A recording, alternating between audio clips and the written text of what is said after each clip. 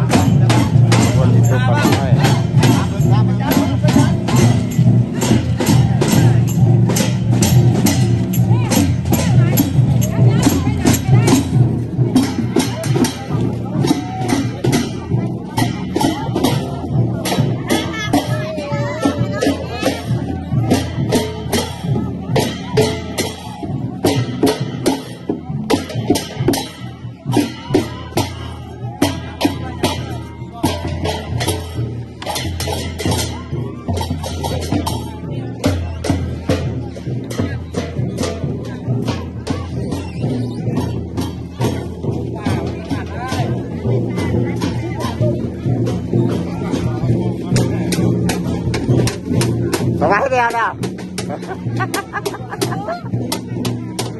ว่าก็ยังว่าวันนี้ว่าสบายเดียวเนาะ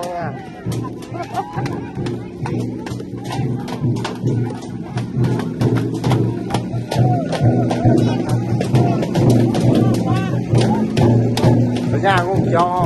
กับแมวปัดตาพวง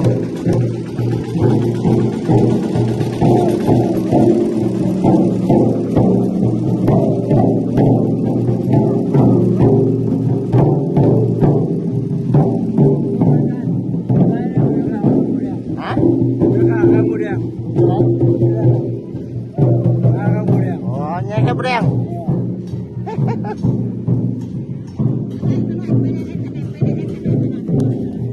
จะได้วะไม่ตู้ไข่หมูแดงโอ้เอามันเอา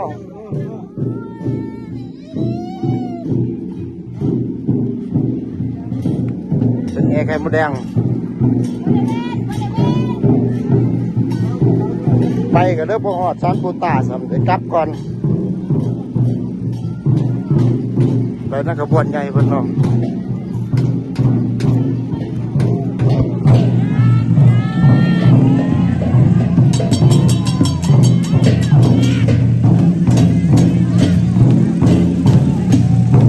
เป็นขบวนเนาะ